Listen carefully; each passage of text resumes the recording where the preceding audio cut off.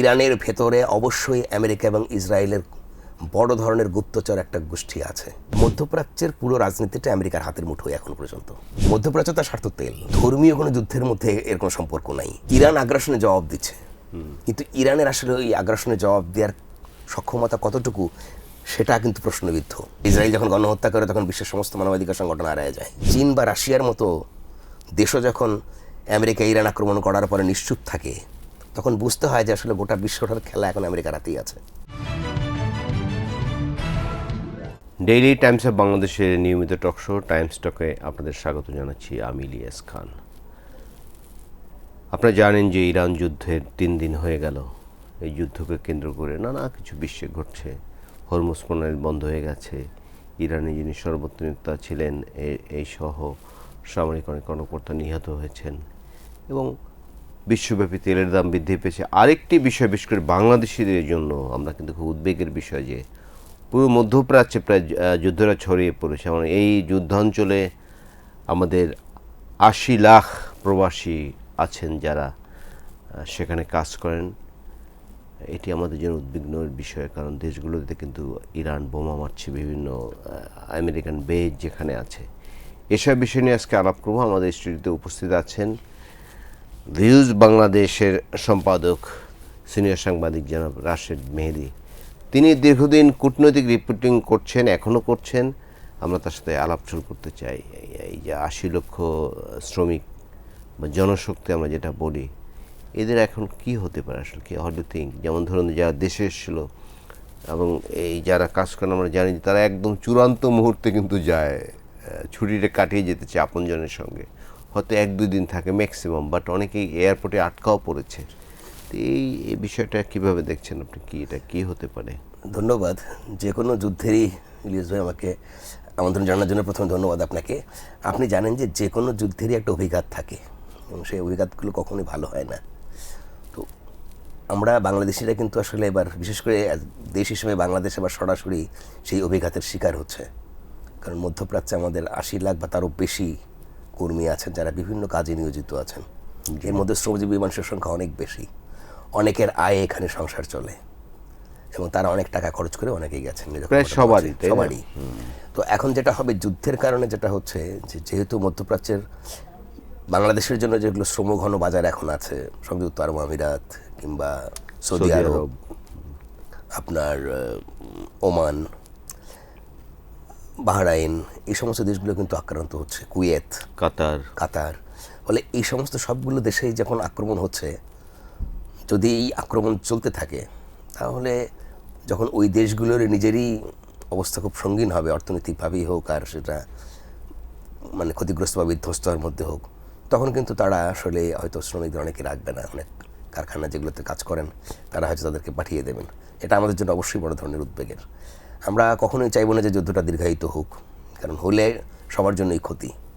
আর একটা বিষয় হচ্ছে যে যেহেতু এখানে একটু আমরা যেমন খুব হতাশার বিষয় আছে, আশার বিষয় হচ্ছে যে যেহেতু যুদ্ধটা করছি আমেরিকা, এবং আপনি জানেন যে এখানে যে সমস্ত দেশগুলোতে ইরান আক্রমণ করছে এবং যেগুলো বাংলাদেশের শ্রমিকদের জন্য বা বাংলাদেশের কর্মীদের জন্য শ্রমঘন বাজার, যেখানে আমাদের সবচেয়ে বেশি সংখ্যায় মানুষ কাজ করে, সেই দেশগুলো কিন্তু বেসিক্যালি আমেরিকার ঘাঁটি বেজ।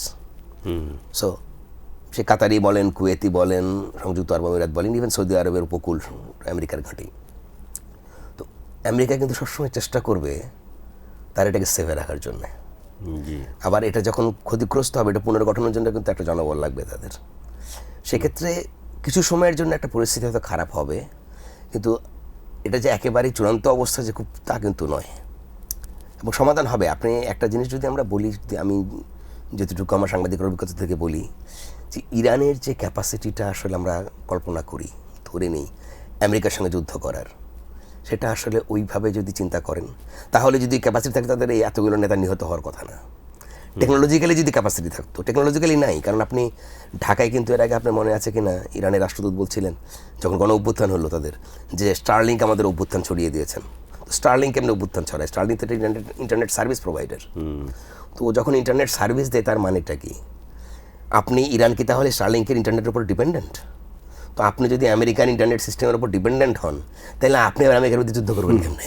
বিষয়টা কিন্তু এইরকম দাঁড়ায়। তার মানে ইরানের ক্যাপাসিটি নিয়ে যেগুলো অনেক বাগাড়ম্বর বলা হয়, অতটা ক্যাপাবল তো না, নাহলে এতগুলো নেতা মরতো না। আর যেহেতু ক্যাপাবল না, এবং তাদের আমরা যে মিত্র রাষ্ট্র মনে করি চীন কিংবা রাশিয়া, তারা কি এখন পর্যন্ত একটা বিবৃতি দিয়েছে?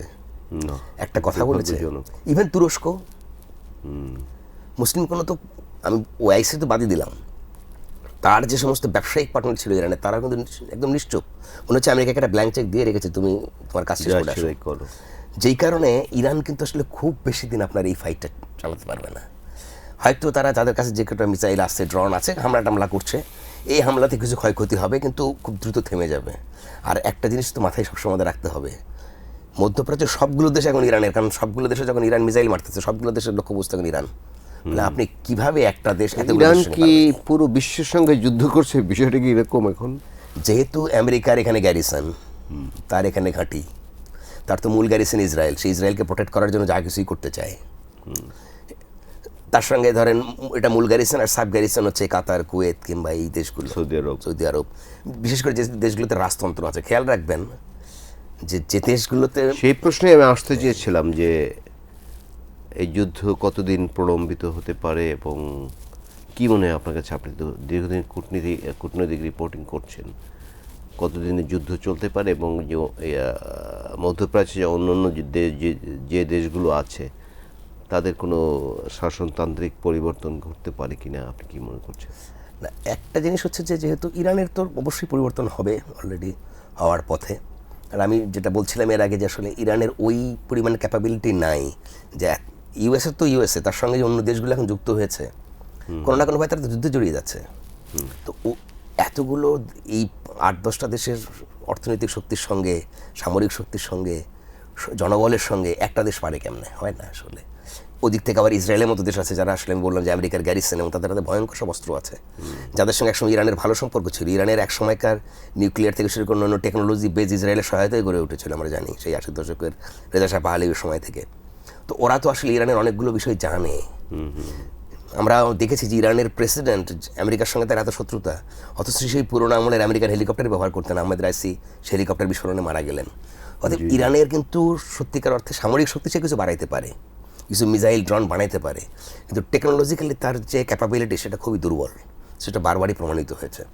এবং এই নির্ভরশীল টেকনোলজি নিয়ে, এই নির্ভরশীল ক্যাপাবিলিটি নিয়ে আসলে ফাইট করা তার পক্ষে। আপনি যে বলছিলেন যে রাজতান্ত্রিক দেশগুলোই শুধু সরকার টিকে থাকে, অন্যরা থাকে না, এটা কিন্তু মধ্যপ্রাচ্যে আপনার পশ্চিমা দেশগুলো, বিশেষ করে যুক্তরাষ্ট্র এবং যুক্তরাজ্যের একটা বহুদিনের পুরনো নীতি।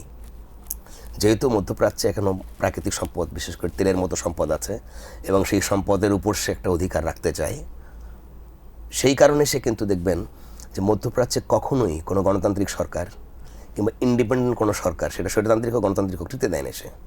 সে এক ধরনের তার অনুগত রাজতন্ত্র, মানে তার লাঠিয়াল রাজতন্ত্র যেটা ছিল, সৌদি আরবেও আছে, সেটা কাতারেও আছে, কুয়েতে আছে, সংযুক্ত আরব আমিরাতে আছে, বাহরাইনে আছে।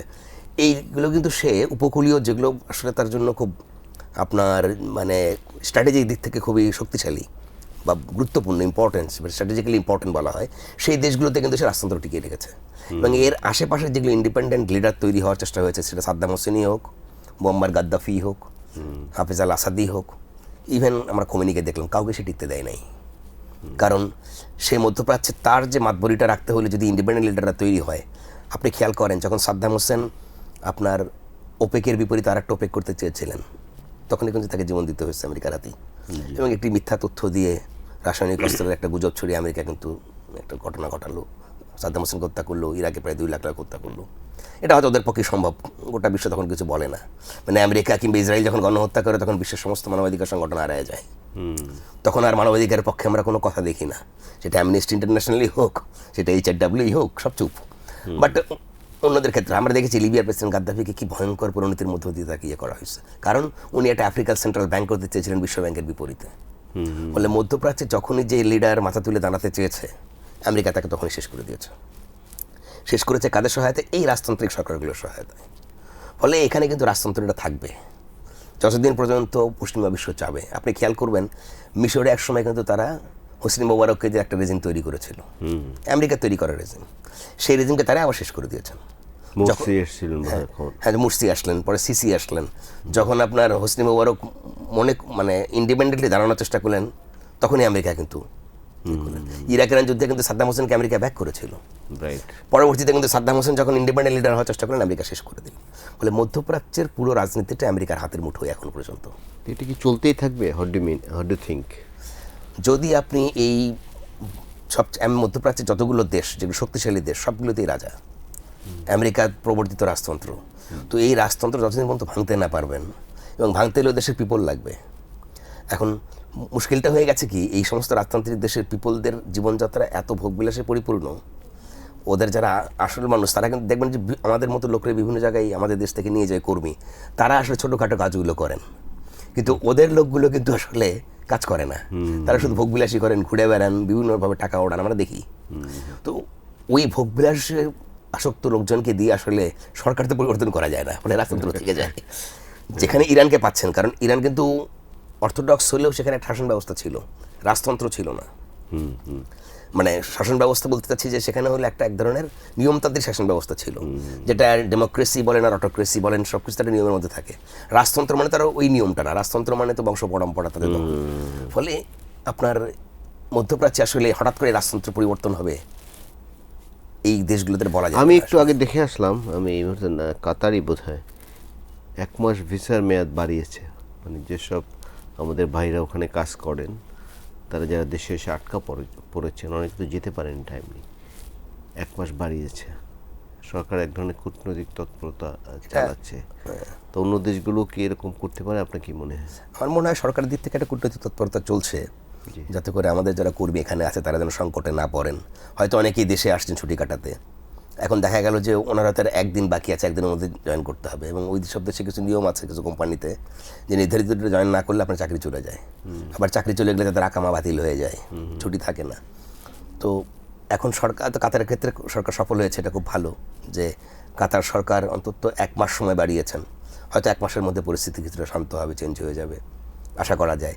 আবার যদি অন্য অন্য দেশগুলোতে, বিশেষ করে দুবাইতে, সৌদি আরবে, বাহরাইনে আমাদের তো বিপুল পরিমাণ, ওমানেও আছে আমাদের বিপুল পরিমাণ শ্রমিক আছে, তাদেরকে অন্তত যদি এই সময়টা একটু বাড়ায়, যেহেতু এখন সব ফ্লাইট বন্ধ, সবাই পরিস্থিতি বুঝছে, যদি এটা তাদের কাছ থেকে আকামার সময়টা কিংবা ছুটির সময়টা বাড়ায় নিতে পারে, তাহলে হয়তো আমাদের এই ভাইরা একটু উপকৃত হবেন। তারা হয়তো আর, আপনি জানেন যে তেলের মূল্য অলরেডি কিন্তু বেড়েছে বাংলাদেশে, হরমুজ প্রণালী বন্ধ হয়ে গেছে। এর কি প্রভাব পড়তে পারে আমাদের এখানে বা থার্ড ওয়ার্ল্ডের দেশগুলোতে? যখনই মধ্যপ্রাচ্যে যুদ্ধ লাগে তেলের দাম বাড়ে, আর বাংলাদেশের বিষয়টা একটু ডিফারেন্ট। ইন্টারন্যাশনাল বাজারে যখন তেলের দাম কমে তখন বাংলাদেশে বাড়ায়, বা গভর্নমেন্টও বাড়ায়, এখানেও বাড়ে, এটা আমরা দেখেছি। আর এই ইন্টারন্যাশনাল মার্কেটের সঙ্গে বাংলাদেশের মার্কেটের সমন্বয় করাটা একটু মুশকিল। আমরা এর আগে কিন্তু দেখেছি যে ব্যারেল প্রতি $20 করে কমে গেল, বাংলাদেশে তখন 2 টাকা 2.5 টাকা বেড়ে দেওয়া হলো। তো এইটা হয়, আর এখন তো বাড়বেই, কারণ যেহেতু মধ্যপ্রাচ্যে যুদ্ধ শুরু হয়েছে, হরমুজ প্রণালী বন্ধ, জ্বালানি তেলের রপ্তানি যেটা সবচেয়ে বড় পাসিং ওয়ে বলা হয় আপনার পশ্চিমা দেশ থেকে, এখানে আমাদের এই যে আরব সাগর থেকে ভূমধ্য সাগরের যে সংযোগটা হরমুজ প্রণালী, সেটা তো অলরেডি এখন বন্ধ হয়ে আছে। ফলে তেলের দাম তো বাড়বেই, এবং তেলের দাম বাড়লে যেটা হবে, আমাদের তেল নির্ভর যে শিল্পগুলো আছে, সেটা গার্মেন্ট শিল্পই বলেন, আর অন্য অনেকগুলো শিল্প কারখানা, পণ্য পরিবহন, হ্যাঁ, এই কারখানাগুলো একটা ইফেক্ট পড়বে যেগুলো তেল নির্ভর। একই সঙ্গে ইন্টারন্যাশনালি যে জাহাজগুলো চলাচল করে, ওদের হয়তো কোনো জাহাজকে ঘুরে অন্য, যেগুলো হরমুজ প্রণালী দিয়ে চলতো, তাদের অন্য কোনো রুট ব্যবহার করতে হবে। সেক্ষেত্রে নটিক্যাল মাইল বাড়বে, জ্বালানি তেলের মূল মানে বেশি খরচ হবে, ওখানেও কিন্তু দাম বাড়বে। সময় যখন লাগবে, অন্য পণ্যের দামও কিন্তু বাড়বে। ফলে জ্বালানি তেলের দাম বাড়া মানে কিন্তু আসলে সরাসরি যদি বলি, আমাদের সবচেয়ে বেশি আমরা কনজিউম করি ইলেকট্রিসিটি। এখনও তো আমাদের অনেকগুলো প্ল্যান্ট আছে যেগুলো আসলে আমরা তেল দিয়ে চালাই। তো এই ইয়েগুলোতে তো আপনার অবশ্যই ইলেকট্রিসিটির দাম কিন্তু, প্রোডাকশন কস্ট কিন্তু বেড়ে যাবে। তখন দেখা গেল গভর্নমেন্ট আবার এটা বাড়ানোর একটা চিন্তা করতে পারে। ওইটা যদি বাড়ে, তাহলে দেখবেন আপনি অনেক জিনিসের দামই বেড়ে যাবে। তো এই সংকটগুলো কিন্তু হবে, মানে গোটা জনজীবনের উপর এই যুদ্ধ মানে কিন্তু শুধু একটা বিষয় না, আমাদের খাদ্যপণ্য থেকে শুরু করে, আমাদের নিত্য প্রয়োজনীয় পরিধেয় থেকে শুরু করে, আমাদের গ্যাজেটস, এভরি সব কিছুর দামই কিন্তু বেড়ে যাবে। আমাদের গণমাধ্যমে ওরকম রিপোর্ট আসেনি, বাট বাংলাদেশের অনেক শিক্ষার্থী কিন্তু ইরানে পড়াশোনা করেন, অনেকে চাকরি নিয়েও আছেন, খুব বেশি না কিন্তু আছেন। পররাষ্ট্র মন্ত্রণালয়ে আমাদের যে ডেস্কটা আছে, মধ্যপ্রাচ্য ডেস্ক, তারা খুব চেষ্টা করতেছেন আপনার কানেক্ট করার জন্য, এবং তারা যতটা আশ্বস্ত করেছেন যে না, ওইভাবে ইরানে মানে বাংলাদেশিরা যে যাই আছেন না এখন পর্যন্ত তারা কোনো খারাপ খবর পাননি, আচ্ছা আচ্ছা। ভালোভাবে আছেন। বাট ইরানের সোরা মিসাইলে আমাদের আপনার যেগুলো দেশে সম্ভবত বাহরাইনে একজন, আবুধাবিতে একজন মারা গেছে, দুজন মারা গেছেন, দুজন মারা গেছে। কিন্তু ইরানে যারা আছে তারা সঠিক পুরোপুরি তথ্যটা দিতে না পারলেও তারা আশাবাদী যে তারা ভালো আছেন।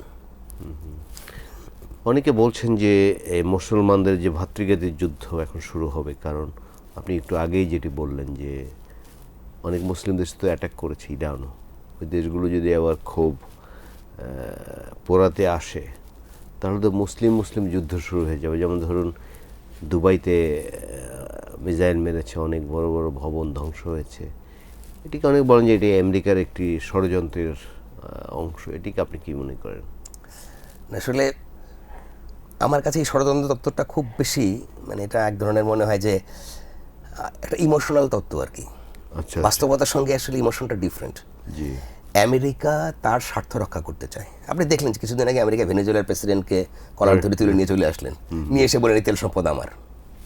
এখন আপনি কি বলবেন যে ভেনেজুয়েলার ওখানে তার মুসলিম নাই, না না, তাইলে ওখানে তার স্বার্থ কি ছিল? তেল।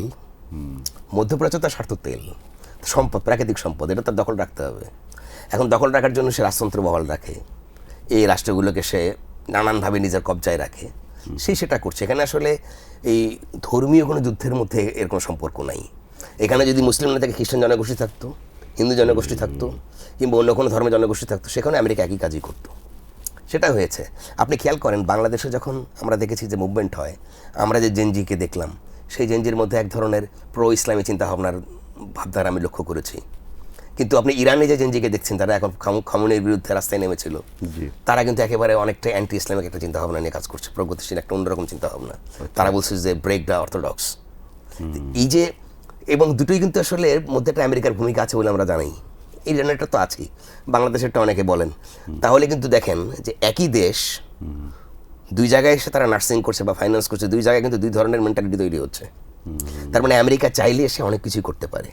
এবং এই বিশ্বে যখন আমরা দেখছি যে চীন বা রাশিয়ার মতো দেশও যখন আমেরিকা ইরান আক্রমণ করার পরে নিশ্চুপ থাকে, তখন বুঝতে হয় যে আসলে গোটা বিশ্বটার খেলা এখন আমেরিকার হাতেই আছে। এককেন্দ্রিক বিশ্বের কি অবসান ঘটবে না? হ্যাঁ, সেই এককেন্দ্রিক বিশ্বের কারণেই কিন্তু আসলে এটা যুদ্ধটা আসলে এখানে মুসলিম বা অন্য কোনো বিষয় না। বিষয় হচ্ছে তার তেলের প্রয়োজনে পড়োশী মধ্যপ্রাচ্যকে যদি ধ্বংস করতে হয় সে করবে, কিন্তু তার সম্পদ দরকার, মানুষ দরকার নাই। আমেরিকা মনে করে তার সিকিউরিটি আগে। এখন এখানে যদি গোটা বিশ্ব আসলে ওই রকম একটা মত তৈরি না হয়, তাহলে পরে আপনি আমেরিকার এই আগ্রাসনকে আপনি আসলে মানে হয় টাকায় দেখতে হবে, না হলে আপনার সমর্থন করতে হবে, এছাড়া কোনো উপায় নেই, সারেন্ডার করতে হবে। হ্যাঁ, এখন এই এককেন্দ্রিক বিশ্বে যে আপনি বলছিলেন যে অবসান হবে কি না, চীন কিন্তু একভাবে আগাচ্ছে। মানে এখন পর্যন্ত আমেরিকার চোখে ডিরেক্টলি চোখ রাখার মতো ক্ষমতা হলো চায়নার, কারণ তার কাউন্টার টেকনোলজি আছে, কাউন্টার ইকোনমি আছে। সে আমেরিকার প্রায় সমান সমান কাছাকাছি অর্থনীতির হয়েও নিজেকে এখন উন্নয়নশীল দেশ বলে, কারণ সে অর্থ বাঁচাতে চায়, খরচ কমাইতে চায়। এটা চীন কিন্তু এটা কিন্তু খুব একটা দারুণ একটা কিন্তু কৌশল, তার ডিপ্লোম্যাটিক কৌশলই বলেন আর ইকোনমিক ডিপ্লোমেসির সংজ্ঞা থেকেই বলেন, চীন কিন্তু সেটা করছে। ফলে ভবিষ্যতে কিন্তু চীন আসলে আমেরিকার চোখে চোখ রাখবে, যে কারণে চীন আমার ধারণা যে এখন আমেরিকাকে খুব বেশি খাটাতে চায় না, আমেরিকাকে আরও সুযোগ দিতে চায়। আমেরিকা আরও বেশি বিশ্বের বিভিন্ন দেশে দেশে সাধারণ মানুষের কাছে চক্ষুশূল হয়ে উঠুক, আমেরিকার প্রতি একটা বিদ্বেষ ঘৃণা তৈরি হোক। এন্ড অফ দ্য ডে থেকে চায়না সেই সুযোগটা নেবে, আমার কাছে কিন্তু সেরকমই মনে হয়। যে কারণে চায়না তার এই সক্ষমতা, ওই দখলটা পুরোপুরি না হওয়া পর্যন্ত সে চুপচাপ। আবার তার সঙ্গে কিন্তু রাশিয়া আছে। আবার দেখবেন যখন চায়না রাশিয়া খুব বেশি পরিমাণে অ্যান্টি আমেরিকান একটা সেন্টিমেন্ট নিয়ে যদি দাঁড়ায়, এবং সেখানে যদি তার সঙ্গে অন্য অন্য দেশ কিন্তু যোগ হবে, আমাদের এই সাউথ ইস্ট এশিয়া থেকে মালয়েশিয়ার মতো দেশ এটা কিন্তু চলে যাবে অন্য জায়গায়, ল্যাটিন আমেরিকা থেকে ব্রাজিল বা এর মতো দেশগুলো কিন্তু চলে আসবে অ্যান্টি আমেরিকান সেন্টিমেন্ট নিয়ে। সুযোগ কিন্তু আছে, তারা কিন্তু মাঝে মধ্যে দেখিয়েছে। কিন্তু এই ব্লকটা কিন্তু যে রাশিয়া বা চীনের যে ব্লকটা আছে, ওই দেশগুলো কিন্তু সাইলেন্ট। মালয়েশিয়া কিন্তু কোনো বিবৃতি দেয় নাই, তারা কিন্তু মানে দেখছে, কারণ তারা চাচ্ছে যে ঠিক আছে আমেরিকা মানুষের কাছে দিন দিন অপছন্দ হয়ে উঠুক। পরিস্থিতি যখন এমন হবে যে বিভিন্ন দেশে দেশে আমেরিকান নাগরিকের প্রতি হামলা হচ্ছে, তখন সুযোগটা হাতে চায়না নেওয়া শুরু করবে যে আমরা সেভ করছি, আসো, এবার আমার মডেলগিরি মেনে নাও, হয়তো আর এক চীন কেন্দ্রিক বিশ্ব তৈরি হয়ে যাবে। এখন এই আরেকটা বিষয় আলাপ করি একটু। এই যে যুদ্ধ, অনেকে বলেন যে আফগানিস্তান বা পাকিস্তান থেকে অনেক কিন্তু আছে যে ইরান সরকারপন্থী অনেক গেরিলা বাহিনী আছে, এই জন্য দুইটি দেশকে আগে যুদ্ধ লাগিয়ে দেওয়া হচ্ছে, যারা ওদিকে যাতে কেউ নজর দিতে না পারে। এটি কি মনে হয় আপনার? অমূলক না হতে পারে, কারণ হঠাৎ করে পাকিস্তান আফগানিস্তান তো যুদ্ধ পরিস্থিতি আমরা এর আগেও 1 মাস আগেও মনে হয় নাই, 10 দিন আগেও মনে হয় নাই।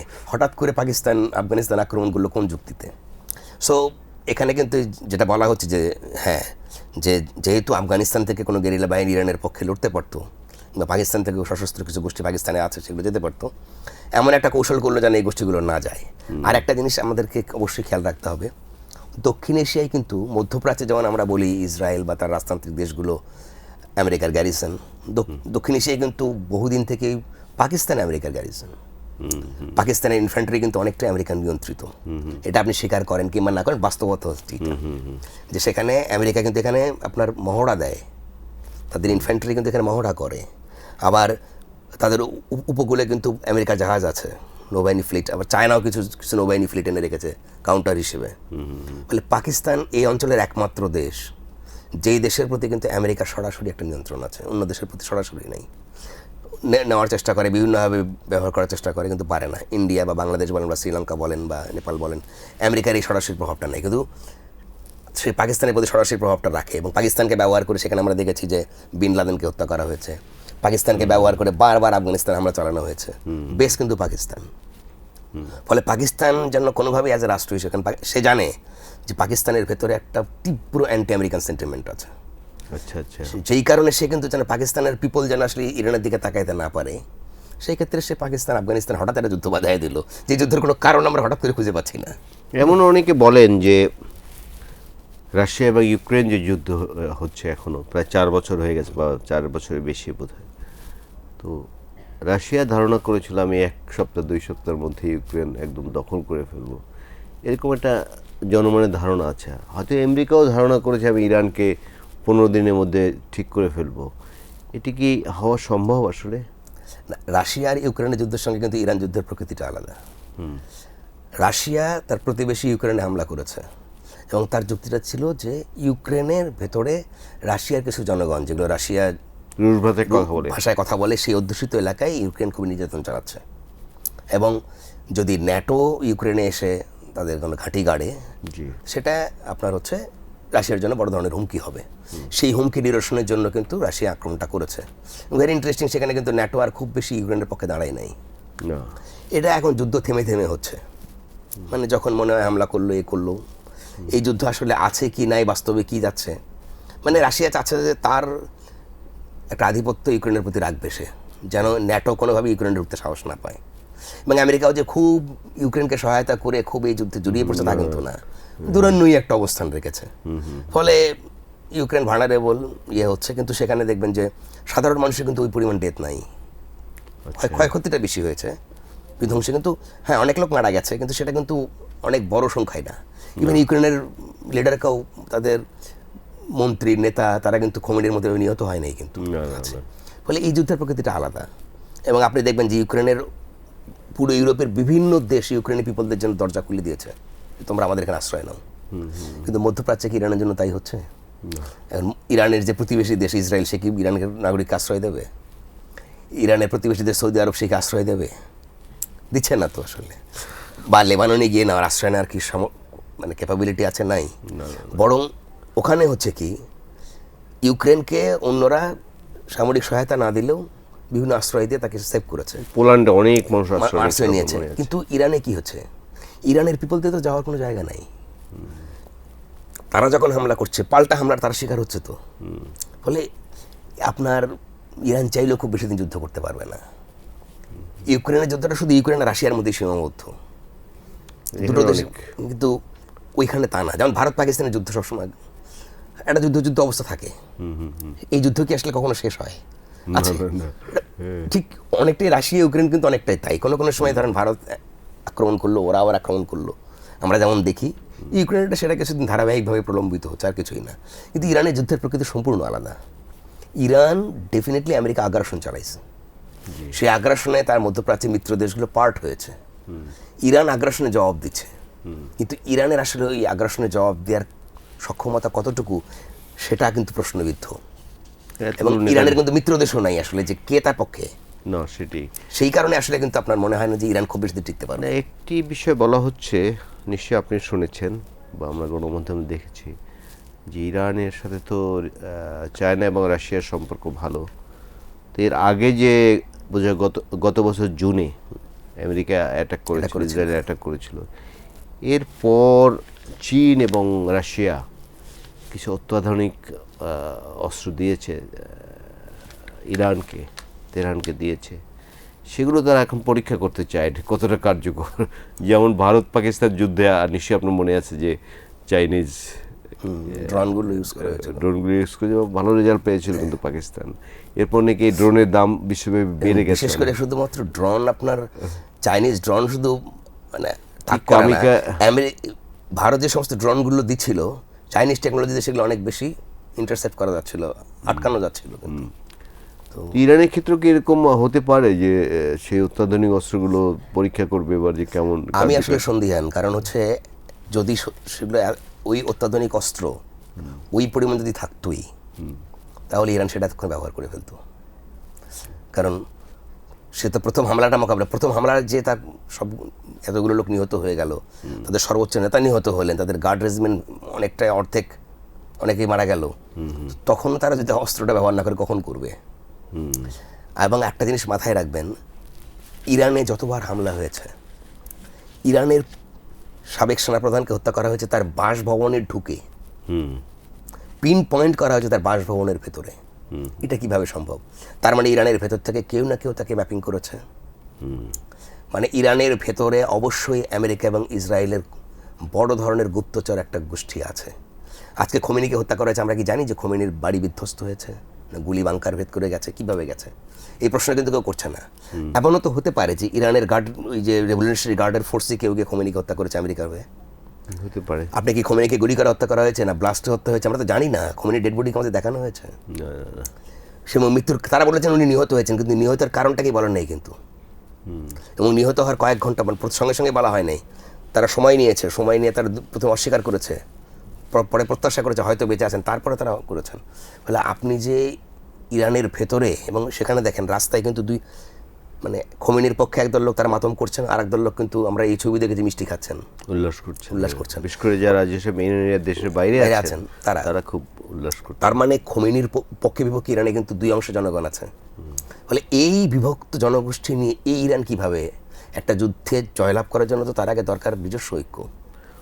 ইরান কি সরকার চেঞ্জ হবে? How do think? অনেকে বলছেন যে 47 বছর ধরে যে আয়াতুল্লাহ খামেনির নেতৃত্বে যে ইসলাম বিপ্লব হয়েছে, এই সরকার আদৌ কি চেঞ্জ হবে কিনা, কি মনে হচ্ছে? কিছুদিন আগেও বিক্ষোভ হয়েছিল আমরা জানি। আমার মনে হয় সরকারটা চেঞ্জ হবে, এবং যত তাড়াতাড়ি চেঞ্জ হবে যুদ্ধ তত তাড়াতাড়ি থামবে।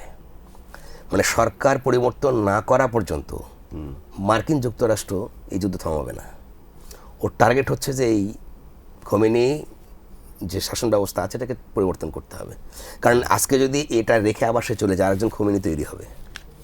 জি। তো আমেরিকা সেই সুযোগ দেবে কেন? খুব সিম্পলি দেওয়ার কথা না। তো আমেরিকা এই কারণে কিন্তু এই শাসন ব্যবস্থা দেখেন, একবার কিন্তু সে বিক্ষোভ মিছিল করেছে, সে চেয়েছে নিয়মতান্ত্রিক বিক্ষোভ মিছিলের মধ্যে দিয়ে সরকার করে যাক, কিন্তু সেটা পারেনি, ব্যর্থ হয়েছে সে। এরপরে কিন্তু সে হামলা করলো। তো এরপরে কিন্তু সে থেমে থাকবে না, মানে সেই গভর্নমেন্ট এখন, এবং অলরেডি ট্রাম্প কিন্তু কয়েকদিন আগে আপনি খেয়াল করেছেন বলেছে যে এখন যারা খোমেনির পরবর্তী যে নেতৃত্ব আছে তারা ট্রাম্পের সঙ্গে আলাপ করতে চায়, কথা বলতে চায়। তাহলে ইরানের নতুন নেতৃত্ব যারা খোমেনির উত্তরাধিকার, উত্তরসূরি, তারা যদি খোমেনির সরাসরি যে খুনি তো ট্রাম্প আসলে, তো ট্রাম্পের সঙ্গে তারা যদি বৈঠকই করতে চায়, তাহলে তারা ট্রাম্পকে মেনে নিল এক অর্থে। বৈঠকের ফল তেমন হতে পারে যে আমরা গভর্নমেন্ট ব্যবস্থা চেঞ্জ করে দিচ্ছি, হতে পারে কিন্তু এটা। ফলে ইরান খুব সুবিধাজনক অবস্থান নাই। আপনি আপনার ইমোশন দিয়ে অনেক চিন্তা করতে পারেন। আমাদের দেশের মিডিয়াগুলো আপনি দেখছেন, হ্যাঁ, বাস্তবতা হচ্ছে মিডিয়াগুলো বাংলাদেশের মানুষের ইমোশনকে নার্সিং করতে চায়, কিন্তু সত্যি কথাটা হচ্ছে যে আসলে বাস্তবতাটা ভিন্ন। আজকে যদি ইরান সেই পরিমাণ সক্ষম হইতো, তাহলে ইরান এই হামলার শুরুতেই পাল্টা হামলার শিকার হয়ে খোমেনি নিরাপদ জায়গায় চলে যেতেন। আমরা আশা করি ইরান ইসরায়েল আমেরিকার যুদ্ধ বন্ধ হোক, আমাদের যে কর্মী ভাইয়েরা রয়েছে পুরো মধ্যপ্রাচ্যে তারাও ভালো থাকুক, সবার চাকরি সুরক্ষা হোক, এই আশাবাদ ব্যক্ত করে আমাদের আলোচনা আজকে শেষ করছি। আপনাকে অসংখ্য ধন্যবাদ।